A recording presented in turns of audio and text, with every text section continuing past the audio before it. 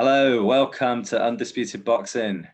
We're back with another video. This is a little bit more impromptu because we're both kind of chatting the other day thinking, spare a thought for Frank Warren and Queensberry at the moment with two of their star fighters notching an L against their record. Well, Anthony Yarde, a second loss now against Lyndon Arthur.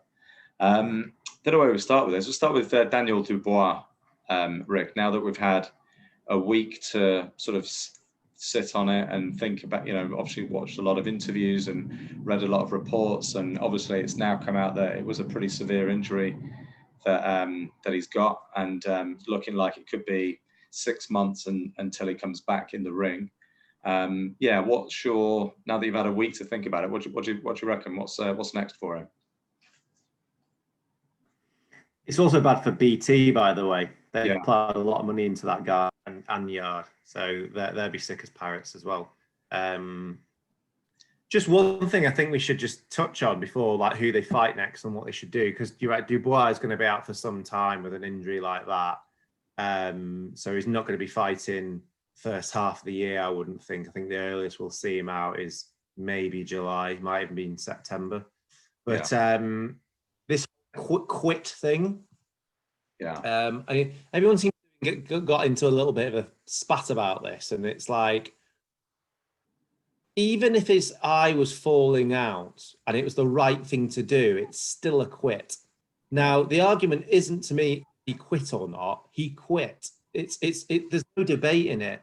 It should he have quit? That's the question. Whether his eye was fine or not fine, he still didn't get up. He could have got up and he didn't. But it does turn out that it's the right thing to do. I think, watching an interview with Bellew, he was saying it's something he'd never do.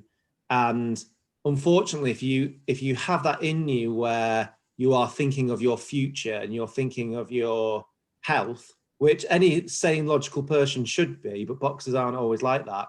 But if you are thinking about that and that is on your mind, it could prevent you winning fights. Now, you may win a belt and be blinded. So it's up to you what you see as the best, but you can't say it wasn't a quit, because it was a quit. And you can't say if you've got that in you, it's going to hamper your boxing career, because it could. But it could well save your life and help your health. And then it's up to you how you balance it out in your world. But you can't say, oh, he didn't quit because it was he quit. But I'd have quit. I wouldn't even be in the ring. So I can't. So I'm not saying I'm macho, because I wouldn't be even getting in the ring in the first place. But he did quit. But yeah, he lives to fight another day. So I just that was on my mind, because I've seen a lot of the videos were about it. Did he quit? Did he not quit? And I don't know what the debate is. Yeah, I know, I agree. I think it's actually one of the unfortunate things about boxing as a sport. It seems to have inherited a very old school kind of mentality where you shouldn't quit and you've got to be pulled out of the ring and all that kind of stuff. When a lot of people are drawing parallels between boxing and MMA. Now, in MMA you can tap, and that's a quit, but it doesn't. You're not remembered for that. Conor McGregor got choked out, tapped out. No, people thought, oh, we lost, but it doesn't he's not remembered for it. People don't bring it up anymore. Whereas boxing has been going on since, however many hundreds of years ago. And it seems to have inherited this kind of old school mentality. And you have this kind of almost kind of camaraderie in the boxing gyms that you've got to be dragged out of the ring. And if a doctor had kind of pulled him out of the fight, then I think it would be looking at, Dubois' sort of future and landscape and arguing about very different things. And it's a little bit like the L, having a loss on your record. It's like, oh, well, he's no good now. Do you know what I mean? There's a little bit of, and I think especially with British fighters as well, like when Amir Khan got completely banjoed by who was the Bradis Prescott. Yeah, I think Amir Khan would have lost a section of fans that he never kind of got back in his career again after that. I think as soon as you've got a loss on your record, it's like, he's rubbish, he's no good. His chin never got any better, though, did it? Well, yeah, I mean that is true, but I mean you could argue, he still went on to have a very good, career, yeah. And Prescott didn't go on to do much. Not really. It was almost like that win against Amick. I mean, I've seen he's been matched against quite a few fighters over the years. I think he fought Ricky Burns and he fought Kevin Mitchell. It's almost like when you get kind of somebody's scalp, it's almost like that makes your career. And then he's had like loads of paydays. Like, well, I knocked out Amir Khan. It's a marketing tool, isn't it? It's a barometer. Yeah, he's a good barometer. And actually, if people don't see him as a huge risk, it was just one of those things.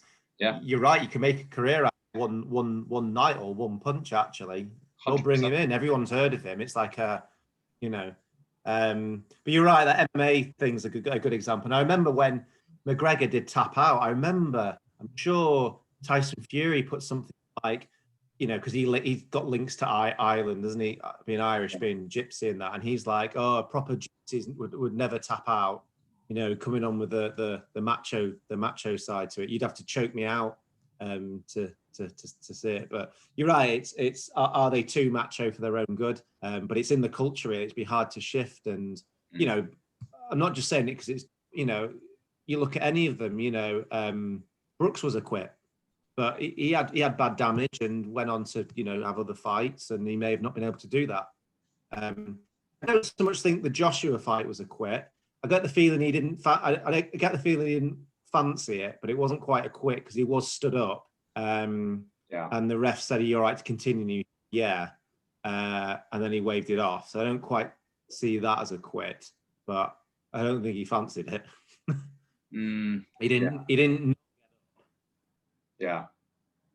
I think. I don't think. Yeah, I don't really compare the two, Dubois, but yeah, I mean, nevertheless, obviously, it looks like from what if the reports I believe to be accurate, then it's a pretty horrific injury, and to sustain such an injury in the very early part of his career at 23, I don't know what that's going to be. I don't know what that's going to do for his confidence for one, but also, what he does next.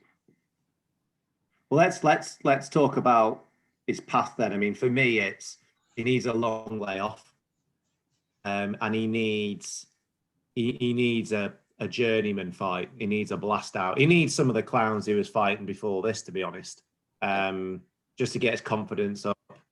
Cash Ali was one for me, as long as he didn't start biting. And then there's a few other plenty of bums about to get a payday. And he just needs somebody who's going to blow out in a couple of rounds, feel it out. And then he probably then quickly needs to have the fight that he should have had before the Joyce fight. He didn't have great fights before that. Gorman's is best on his record, and we don't know how good Gorman is really.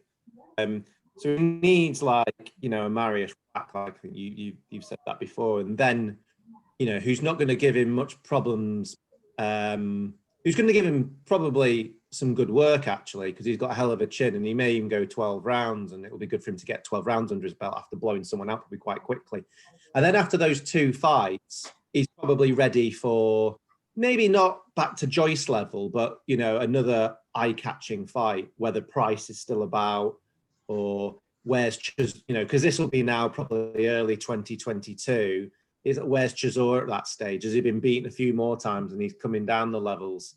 But they don't want to rush him. They don't want to give him, certainly not a big fight to start with. And he probably needs, I'd say, like a blowout, a 2 or 3 round blowout, and then one that's going to give you rounds, but no real threat. And after that, he can then, but then again, I still won't throw him with a top 15 until the fourth fight, perhaps. I think they need to go slow with him. He's young.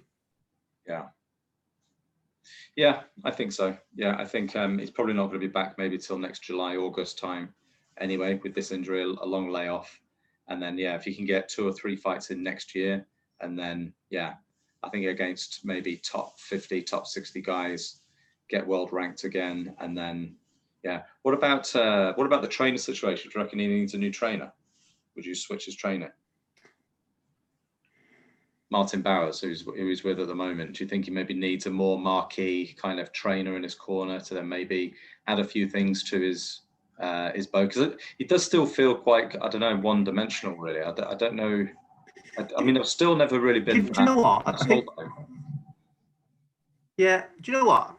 I think this time next year, we'll know more how good Dubois is.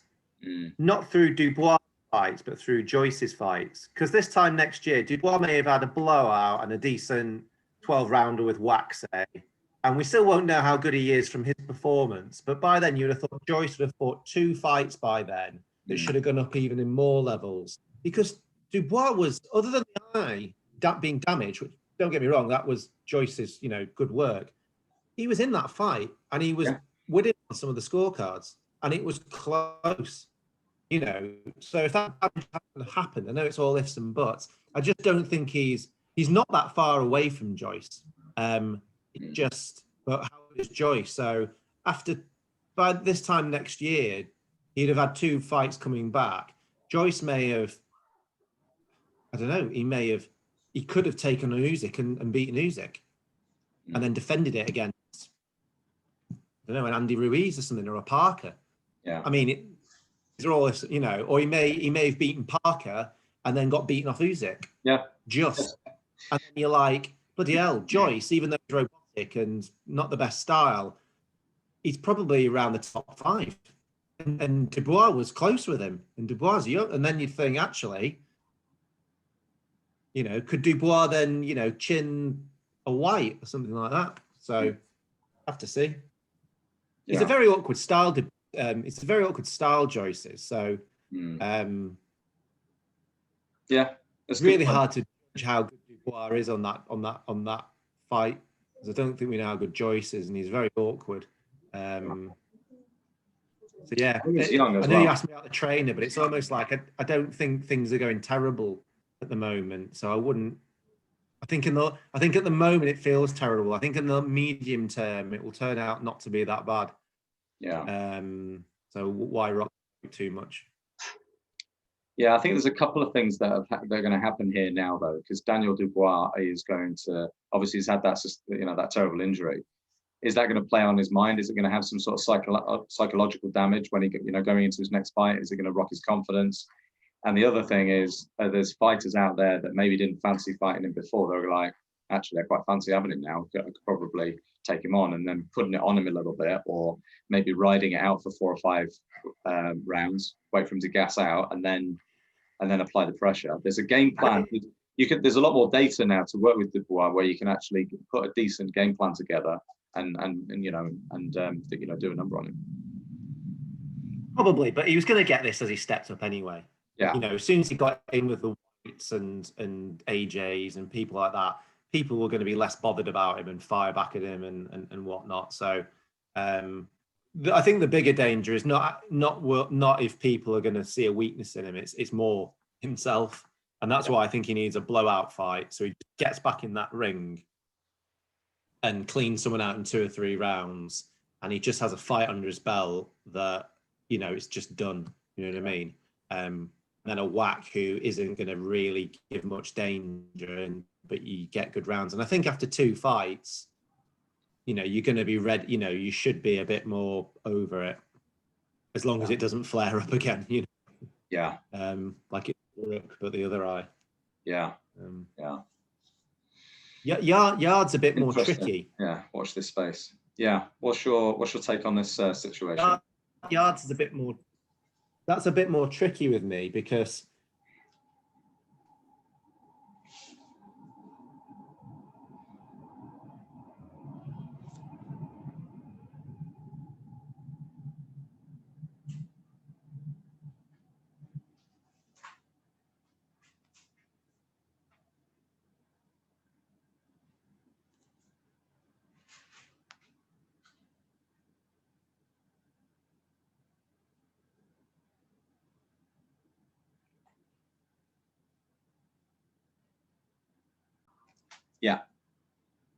Yarde's is a lot more complicated than the Dubois picture, because Dubois has got to come back slowly, and he's young and he's got an injury. Yarde's was just bad judgment, I think, on behalf of him and Tunji. So I do the rematch. I think there's a rematch. Huh? You keep calling him Tunji. I think it's Tundi. I know. I don't know why. It's stuck in my head, Tundi. There's a rematch clause. I think they take it. I think he knows what he's facing this time. they need to go for it a bit more, work on the fitness so they can apply the pressure. I think he's better than him, and he just needs the right game plan. It's a bit of a risk, but I think it looks bad if he dodges him as well. I think you've got beat off, Kovalev, which hands up, that happens. But if you get beat off this guy and then you go and fight someone else, that doesn't look good. And I think he's got the beating of him if he gets his game plan right. So I'd recommend to do that. What would you do? I don't know. It is a real problem for Frank Warren, because the fight really kind of stunk the place out. It wasn't a great spectacle, and even like leading up to it, I mean, Anthony Yarde's pretty marketable, and he's got this kind of PR machine behind him now, and Adidas sponsorship and all that kind of stuff. Like Lyndon Arthur wasn't a great talker. He was kind of mumbling his way through interviews, so he's not really wasn't really talking that much. Proper mank. Yeah. It's almost like he just looked awkward, didn't he, in front of the camera? It just wasn't really for him. And I just think that build up again, and that fight, it's a really tough sell, isn't it? If you go back to BT now, if you're the promoter and you go back to BT, right, we've got this rematch, I'm like, okay, great. What else have you? What else can you? Could you do something else? But yeah, they have. I think they've got to go back to the rematch. But I mean, if you're Lyndon Arthur, you're kind of hoping they're not going to exercise that rematch clause, and he can maybe go after a fight with Joshua Buatsi. That's going to be the money move now, isn't it? Well, I thought that. I mean, there's a risk, because I think other than Buatsi or Yarde, there isn't probably a lot of money for him, because he's not an entertaining fighter and it's not high level Commonwealth. Maybe go for a European fight. So yeah, if it's not Yarde, I mean, I wondered if Hearn would have been on the phone to him this morning saying, have you got a rematch clause? If not, I'll do a 3-year deal. I'll do a 3-fight deal with you, starting with Buatsi. And then if you lose that, I'll put you on two undercards or something. Yeah, well, I think his style would probably be more, I will put you on the undercard of a Buatsi fight, and then if you come through that, like a Callum Johnson or somebody like that, then put him in with Buatsi. That's usually his style. What? Arthur versus. Yeah, Arthur versus like a light heavyweight on the undercard. I don't think he'd put him straight in with Buatsi, would he? Why not? Just beating Yarde. Yeah, I just think maybe build the fight up a little bit. I mean, you could do, could put him straight in there. I don't know. I think it's a good fight for Buatsi.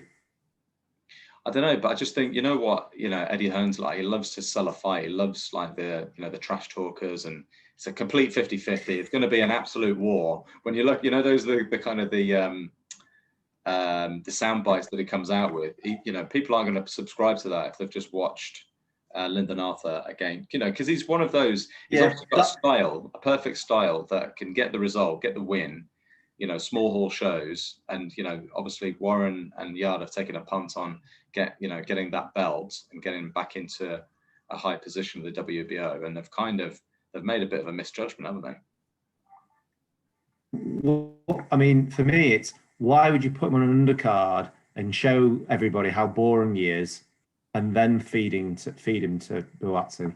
I wouldn't show the public what he's like. I'd just say, I mean, some of them would have seen on BT, obviously, but I'd just say this guy's beat Yarde, and we'll put him in with, thingy. Almost what you're saying almost makes my mind up, really, that he's never a good watch. So why put him on an undercard where people can see it? But I do think Buatsi would make the fight a lot more entertaining. Buatsi wouldn't do all the jerky stuff and I mean, they did it in the first round. I mean, no one threw a punch for the first 2 minutes of the first round. I just thought, but that didn't change too much after that. Buatsi would just never do that. Yeah. I know he's got a jab coming back. I think he would commit. And he'll make him have to fight. So I do think it's better to fight. And I just, if you can do, I'd say 3-fight deal for you, starting with Buatsi, and he'll assume he'll get beat, and then he'll just throw him some crap fights and be done with him probably. Yeah, it's so annoying. It's very frustrating because the fight to make was Buatsi versus Yarde. That was one of the fights of 2021 I'd have been really looking forward to, but it just feels, I don't know. I mean, it could still happen, I guess. But I wonder if Hearn would do a thing where he gets that poster back up that was made by Warren and just crosses out crosses out Dubois and Yarde. No, it's been a bad couple of weeks for Frank Warren. But yeah, I mean, who's their next like marquee fighter? You'd have to say maybe Joe Joyce now, wouldn't you? Yeah, I mean, it depends if you. I mean, it is Fury, but so Fury is BT, but it's hard to say. He's not. Queensbury isn't his lead promoter. Sorry, obviously Aram, isn't it? But still, he is on BT. So as a BT boxing, it's clearly Fury. Then a big gap to Dubois, or was, and then quite a big gap to Yarde, and now those two have gone off to some degree. And you've probably got Joyce. I mean, there's a thing of Joyce did sign as part of this deal, signed a contract extension.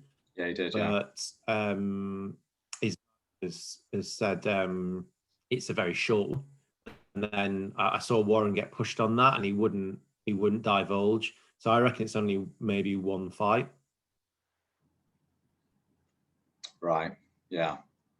And you'd have to say, I mean, if they don't deliver, a title fight or the Usyk fight on the next one, then there's a very good chance he could jump ship, isn't there, to Matchroom? That's where all the, because he's not gonna have a long career. I think Joyce is maybe, I think they've said he doesn't want to go beyond 35. So that's, oh no, sorry. I think they said 2 or 3 years, didn't they?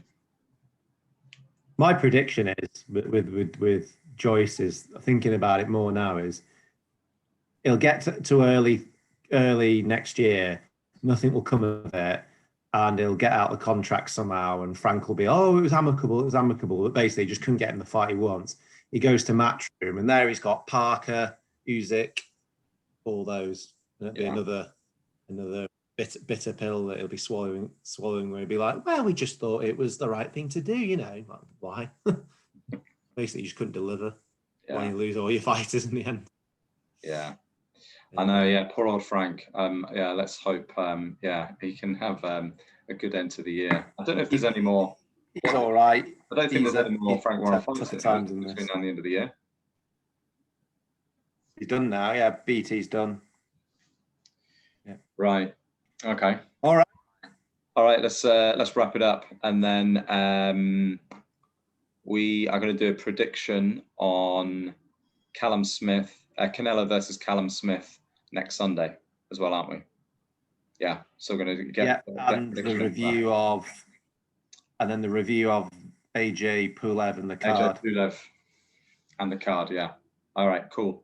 Yeah. All right. Thanks again for listening. Please like and subscribe.